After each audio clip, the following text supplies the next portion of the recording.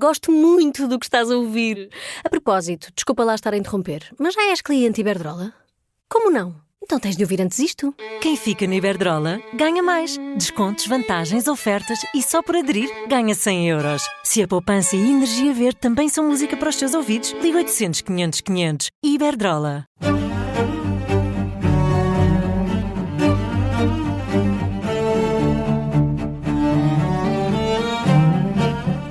Este é o Querido Líder, o podcast da Rádio Observador dedicado à liderança, com os nossos experts residentes, pessoas com muita experiência na formação de executivos, o Jorge Medeiros e o Milton Sousa. São consultores, também dão aulas. Aproveito para lembrar que temos aqui uma novidade nesta segunda temporada do Querido Líder, um endereço de e-mail, queridolíder@observador.pt. Já vou explicar melhor o que é que se pretende com este endereço. Os nossos episódios abrem sempre com um sim chefe, não chefe. Analisamos a performance de um líder e o eleito desta semana é Adam Neumann, o cofundador da WeWork, que está agora no setor imobiliário. E como sempre, também temos um tema central e neste episódio procuramos resposta à pergunta: será que a inteligência artificial vai substituir os gestores? Eu sou o Ricardo Conceição e este é o Querido Líder.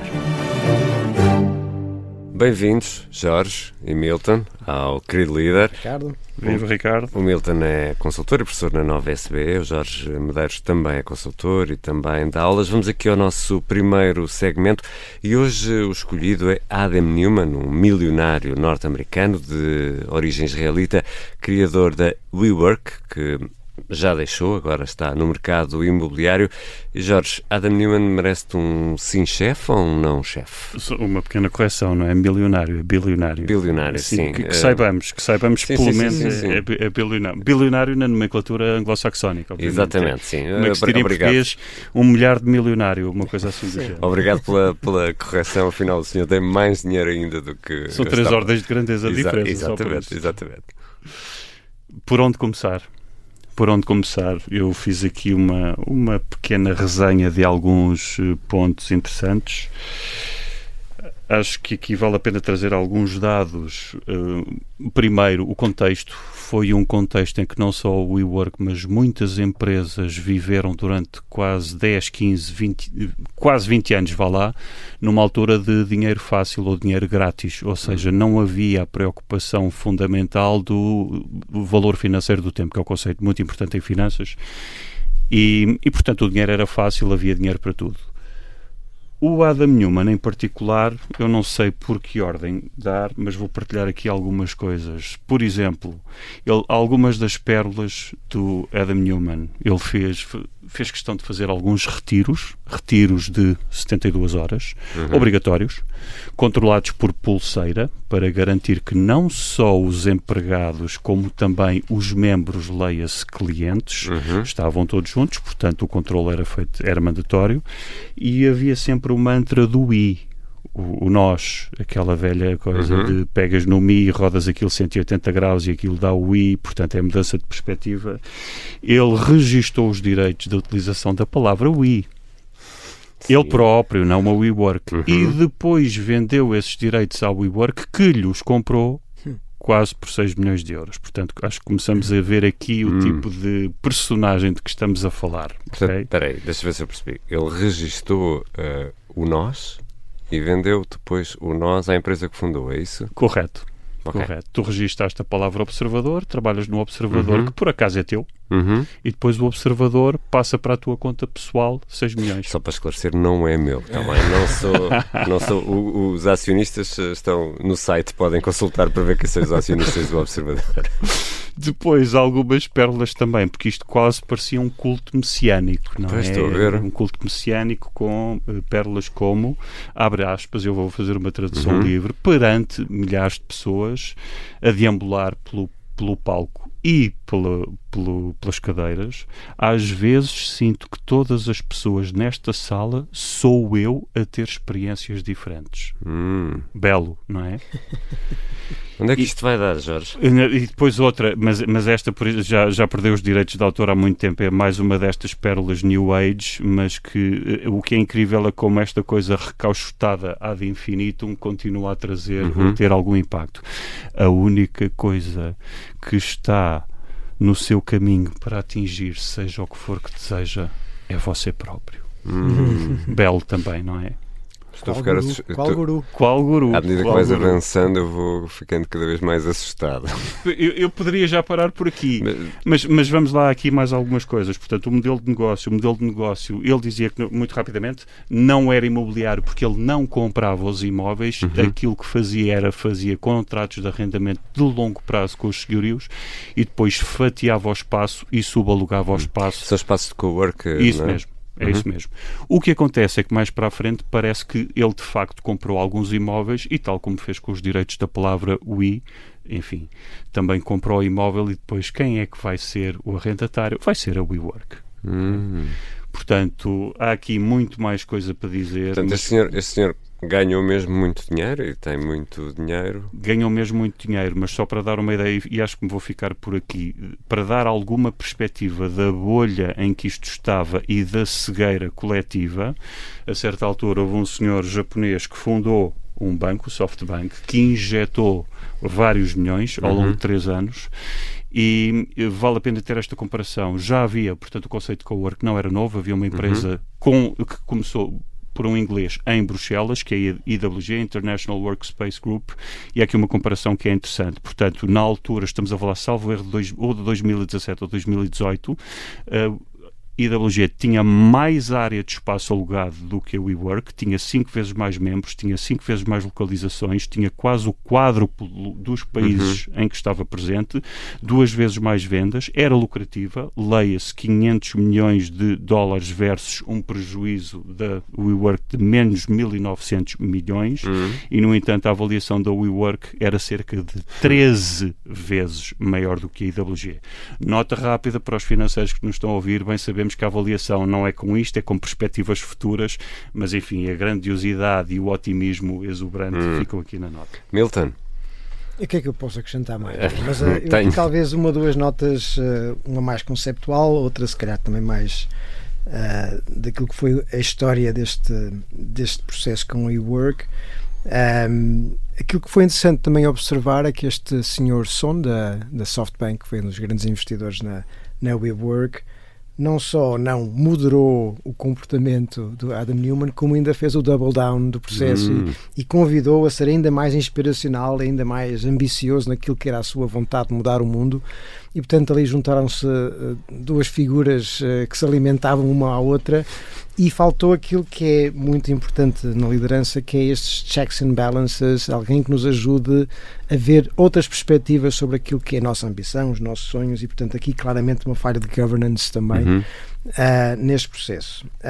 Eu acho que é um caso muito interessante dos riscos da liderança carismática, que foi uma forma de pensar a liderança, um modelo de liderança que foi muito estudado também, sobretudo nos anos 70 e 80. Há um modelo parecido, que é o Transformational Leadership, parecido, quer dizer, que vai buscar um pouco daquilo que é esta ideia do líder como tendo uma influência muito especial pelo seu carisma, pelo seu magnetismo. E que acabaram por se fundir agora o conceito de fundir-se. E, portanto, mas obviamente depois o conceito de Transformational Leadership acabou por ir buscar também outros aspectos que tentam de alguma forma moderar aquilo que é o potencial impacto negativo do carisma. O que mais me espanta no meio disto tudo é como é que ele conseguiu convencer de facto tanta gente a investir tanto dinheiro num negócio que aparentemente era tão trivial e tão banal de alguma forma, e como é que as pessoas acreditaram naquilo, para ver mais uma vez os riscos do carisma, né?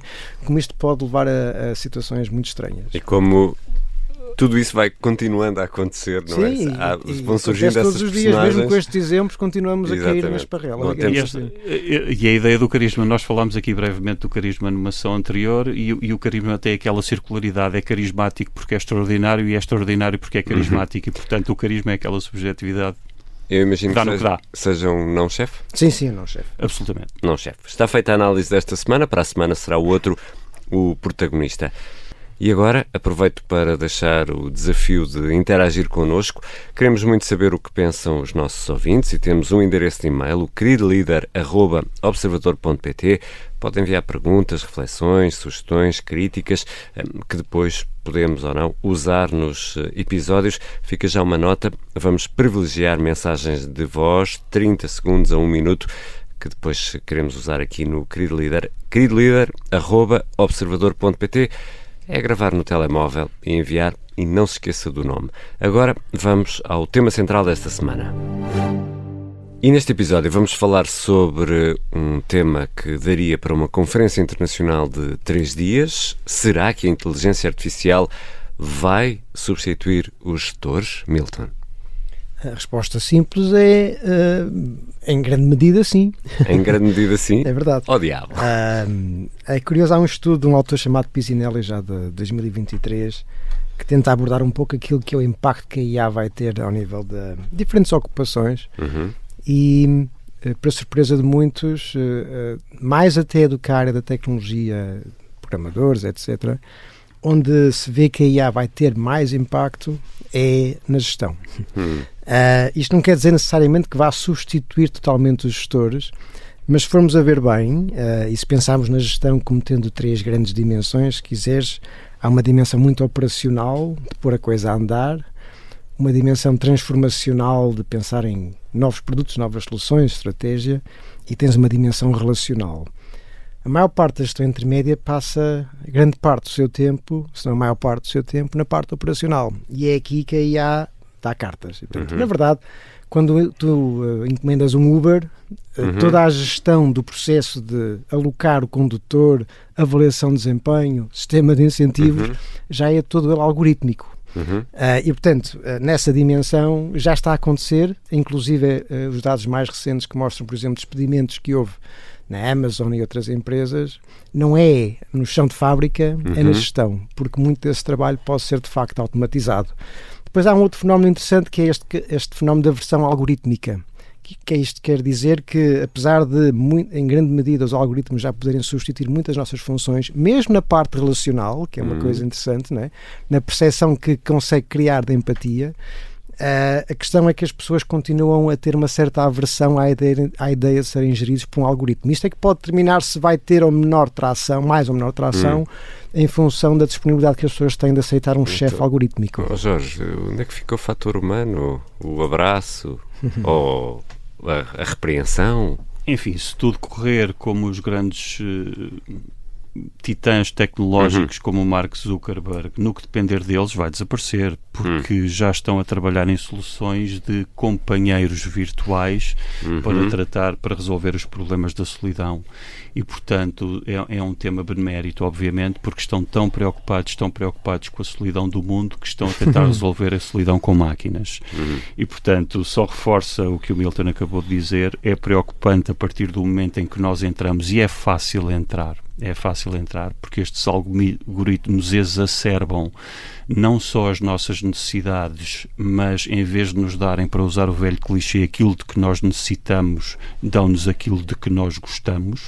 E, portanto, essa clivagem é importante. Mas mesmo na gestão? Mesmo na gestão, aliás, dou um exemplo muito concreto, este não tem 15 dias, de um cliente de uma área tecnológica em que a certa altura está a fazer uma migração de uma plataforma, e portanto eu vou usar agora a linguagem técnica informática, aqui o nosso convidado vai ser especialista na área.